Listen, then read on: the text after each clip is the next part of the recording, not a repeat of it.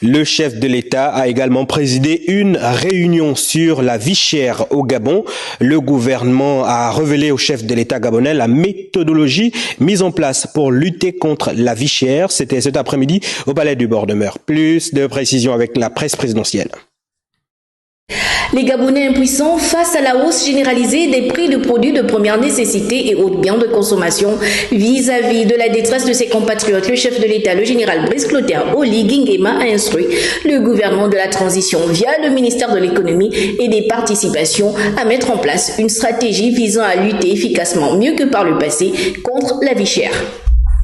C'est ce plan d'action qui a fait l'objet d'une présentation au président de la République. Ça fait également plusieurs semaines que le président a instruit le gouvernement et m'a personnellement instruit d'engager une réflexion en vue de réduire un certain nombre de prix.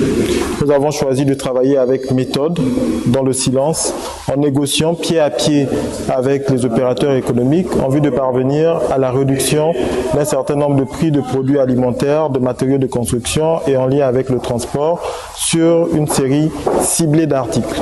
Nous sommes donc venus présenter au président les résultats de ces réflexions, les arrêtés qui ont été pris à la suite de ces travaux. Il faut préserver le pouvoir d'achat des consommateurs tout en ciblant les facteurs qui participent à la flambée des prix et trouver des palliatifs à ce phénomène considéré comme une crise économique chez les populations.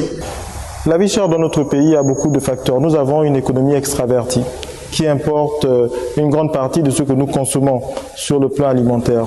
Ce qui fait que lorsque des producteurs étrangers augmentent les prix à l'étranger, nous avons une répercussion ici. Nous essayons de contrôler les prix par la fiscalité, mais lorsque les hausses à l'extérieur de notre pays sont beaucoup plus élevées, nous avons quelquefois des difficultés à les contenir.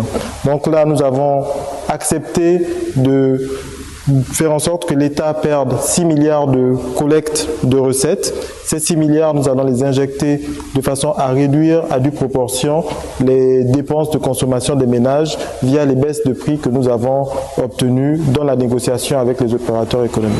Pour soulager le panier de la ménagère, une baisse considérable sera observée dans les prochains jours avec une nouvelle mercuriale. La baisse des prix va être effective à partir de lundi prochain. Nous allons laisser une semaine de grâce aux opérateurs pour se tenir informés de nouveaux prix. Nous allons mettre en place des brigades mobiles qui vont faire de la sensibilisation cette semaine, mais à partir de la semaine prochaine, nous allons adopter la coercition. Cette stratégie déployée par le gouvernement de la transition propose des solutions concrètes pour atténuer l'inflation et soutenir le pouvoir d'achat. Elle vient donc répondre à cette urgence sociale qu'est la vie chère dans notre pays.